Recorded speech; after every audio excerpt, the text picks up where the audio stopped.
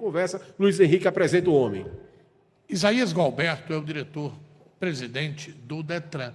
O DETRAN é um organismo de segurança e de trânsito da Paraíba que todos os anos entra numa linha nacional para realizar o Maio Amarelo. O Maio Amarelo é considerado uma das maiores campanhas mundiais para se prevenir e para cuidar do trânsito e da vida das pessoas. Na Paraíba não é diferente. Isaías Gualberto trouxe dados também para a gente, mostrando quanto é grave o número de acidentes e quanto é alto o número de acidentes de motociclistas. Mas, diante dessa explicação, Isaías Gualberto, é bom tê-lo aqui na estreia do podcast Revista Estadual e trazê-lo para essa conversa com as pessoas que estão nos acompanhando sobre o Maio Amarelo e as ações do DETRAN. Tudo bom, doutor Isaías? Tudo ótimo, Luiz Henrique. Prazer estar aqui no podcast da Revista Estadual. Humberto Alexandre, a todos que estão nos acompanhando. E é muito importante, assim como você falou, Luiz, essa campanha de conscientização. E o amarelo, Maio Amarelo, desse mês de conscientização, o amarelo é exatamente a atenção no trânsito. E é para a gente ter essa consciência das nossas ações que nós tomamos diariamente. Infelizmente, as infrações de trânsito, a gente vindo para cá, para o sertão, observa, principalmente nas cidades menores, as pessoas continuam a infringir a legislação de trânsito, continuam a não usar o capacete. Você viu isso na estrada, claro, né? Claro. Infelizmente, isso é uma prática notória, principalmente no norte e nordeste do país. E isso ocorre, impacta um impacto muito grande no nosso estado, principalmente no custo para a saúde, porque são pessoas que poderiam ser lesões leves, mas infelizmente, quando a pessoa cai de uma moto, você vai ter um traumatismo craniano, quase certo, ou uma outra sequela mais grave, vai falecer, ou então tem uma sequela grave, que isso vai ter que se deslocar para um dos hospitais de trauma do estado, e isso causa um impacto financeiro para o estado altíssimo, e também um impacto para o país, né? Você tem uma previdência, porque normalmente a maioria são jovens, né, do sexo masculino, que são as vítimas do trânsito no nosso país. Doutor Isaías Gualberto é o presidente do DETRAN, a gente vai conversando sobre o Maio Amarelo. Me explica uma coisa, o trânsito legalmente, ele é municipalizado. Algumas ações o município tem que cuidar. Agora, eu não vou ser grosseiro, mas eu vou ser bem explicativo.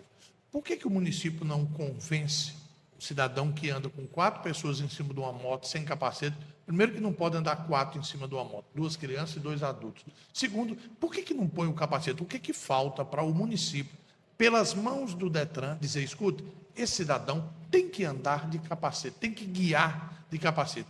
Qual é essa dificuldade em pleno século XXI, doutor Isaías?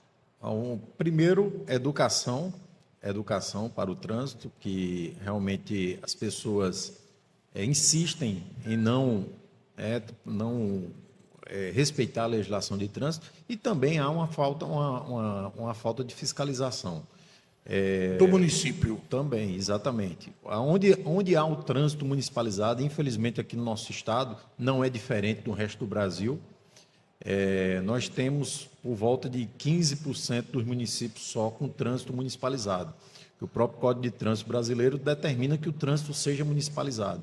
E onde há o trânsito municipalizado, que são nas cidades maiores, de maior porte no nosso estado, você tem um regramento maior, ou seja, uma fiscalização maior, e as pessoas acabam...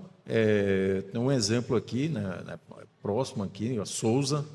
Nós temos a população utiliza bem o capacete, porque é uma fiscalização muito forte, né? Cajazeiras, Patos, nas cidades maiores, as pessoas ainda utilizam, por exemplo, o capacete, que eu estou falando especificamente do capacete, porque é o maior problema de mortes no trânsito no nosso estado, são as mortes dos ocupantes de motocicletas. Inúmeros, e para você ter uma ideia, quase 80% dos atendimentos do Hospital de Trauma de João Pessoa de Campina Grande são ocupantes de motocicletas. Por que nós insistimos essa tecla, doutor Isaías Gualberto, de que a educação pode ajudar a resolver esse problema? E que processo é esse que nunca tem nunca não, mas demora tanto a se ter essa consciência. Isso eu queria que o senhor falasse como cidadão comum e como dirigente de um órgão maior de trânsito. O que é que essa educação não está chegando? Por quê, doutor Isaías? É tudo uma questão de cultura, de mudança cultural. Eu sempre falo, pronto, até a década de 90 ninguém usava cinto de segurança, Sim. Humberto. O cinto de segurança, primeiro, era totalmente desconfortável e a população... E o que é que ocorria? As colisões dentro da cidade, que poderiam ser simples, né, com danos materiais, acabavam muitas pessoas perdendo a vida porque não usavam o cinto de segurança. A partir Sim. do momento que houve essa educação, conscientização da população e, principalmente, a fiscalização e onde dói mais no cidadão brasileiro, que é no bolso. Houve uma campanha maciça naquela época, mostrando do risco que é não usar o cinto de segurança. E com o tempo mudou-se. É a mesma coisa da questão da alcoolemia nas grandes cidades. Antigamente, se você fosse de táxi para um churrasco, por exemplo, uma confraternização de amigos, era até discriminado. Hoje é o contrário. Era gozação dos amigos, exatamente. Né? Hoje já é o contrário. Normalmente as pessoas procuram, a pessoa responsável procura aí de meios, de aplicativo, de Uber, de táxi ou qualquer outro, ou até num transporte coletivo, carona, uma pessoa que pode dirigir sem beber. Isso já é o comum, é tudo uma mudança cultural. E a gente trabalha para que a gente mude essa cultura no nosso estado. Doutor Isaías, o capacete, a gente sabe que a multa termina sendo uma penalidade leve. Ali, 7 pontos na carteira, se não me engano, né? Grave, no papel é gravíssima, mas realmente... No bolso, isso chega a quanto? Não chega a 270, né, nessa faixa. Agora eu quero saber da pessoa que foi pego alcoolizado dentro de um veículo e foi feito o teste lá do bafômetro, acusou a penalidade e o que é que se faz? A carteira é retida, ele responde a uma ação judicial. Explique essa questão para os nossos telespectadores. São vários caminhos aí que você falou. Primeiro, se a pessoa se recusar a soprar o etilômetro, que é o bafômetro, e ele não estiver com sintomas de embriaguez constatados pelo agente de trânsito, ele é uma infração administrativa, ou seja, é uma infração de trânsito, ele vai uma multa de 2.900 e quase R$3.000, ele vai ter o processo administrativo dentro do Detran, por exemplo, se for o Detran que aplicou a penalidade, ele vai ficar 1 ano com a suspensão, sem poder dirigir, durante 1 ano.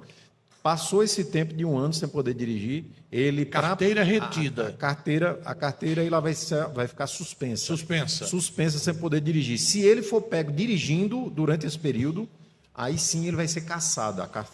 Ele não terá mais permissão para dirigir. Não, ele vai ser cassado. Em 2 anos ele poderá voltar a fazer todo o processo de novo, como se fosse uma primeira aplicação. A questão da suspensão, mesmo depois da suspensão, passou o prazo de suspensão, que é a punição. Ele vai ter que passar por um curso de reciclagem numa autoescola, por exemplo, no Centro de Formação de Condutores, e depois já ter que fazer uma prova com o percentual de 70%, ele tem que ser aprovado por 70% para poder voltar a ter o direito, depois de 1 ano, no caso suspenso.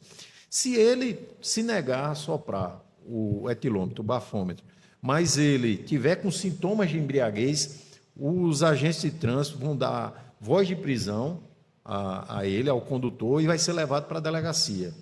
Se ele soprar o etilômetro e se for até 0,33, é a mesma 0,33 decigramas de sangue por litro de álcool. Então, ele até 0,33, se constar no etilômetro lá, é uma infração administrativa igual à questão de ele se recusar. Ele vai pagar a multa, vai ficar suspensa a carteira, todo o processo. Se for acima de 0,33, assim, 0,34 para cima, aí é crime de trânsito, aí sim ele vai ser autuado em flagrante por dirigir embriagado. Isso aí ele vai ser levado para a delegacia, vai ser autuado, vai ter que pagar fiança, vai ter que pagar, além de pagar multa, suspensão da carteira e tal, ele ainda vai responder o processo criminal. Ou seja, é uma dor de cabeça muito grande em todos esses sentidos aí. Não é bom negócio, não é bom negócio. Melhor pegar o Uber e pegar o táxi. É né? melhor. Doutor Isaías, para a gente concluir a nossa conversa, eu queria desejar êxito no Maio Amarelo. Isso, mas antes de concluir, eu tenho uma pergunta a fazer. Que o Detran tenha essa capacidade de conscientizar e de fazer chegar essa mensagem de segurança e de paz no trânsito e que a gente consiga também trazer para o orçamento democrático, esse é o meu recado que eu queria deixar para o senhor, que também os municípios tragam essas demandas para o orçamento, valorizando essa questão da vida no trânsito, viu, Humberto? Pois é, eu quero perguntar sobre o Detran. O Detran, antes do doutor Isaías assumir, era foco de muita demanda nas rádios, né? Dava muito trabalho Cacete ao rádio que era, escuta, né? era pau do dia à noite. E hoje essas demandas, elas diminuíram. Praticamente ela não existe, é um cidadão que não consegue fazer uma transferência, tá, mas não já vem com tanta agressividade como era no passado. Qual foi a mágica que o senhor fez ali, doutor Isaías? Não tô... Tem mágica não, né, doutor? Não, né? Não foi mágica não. O meu nome é de profeta, mas não faço milagre não. Pois é. Aí é trabalho. A gente primeiro melhorar o atendimento, com capacitação dos nossos servidores e também a ouvidoria, a gente fortaleceu a ouvidoria, porque a gente tem que ouvir a população, inclusive com sugestões, reclamações, elogios, e a questão das sugestões é muito importante, inclusive através das sugestões da população é que a gente pode melhorar o atendimento.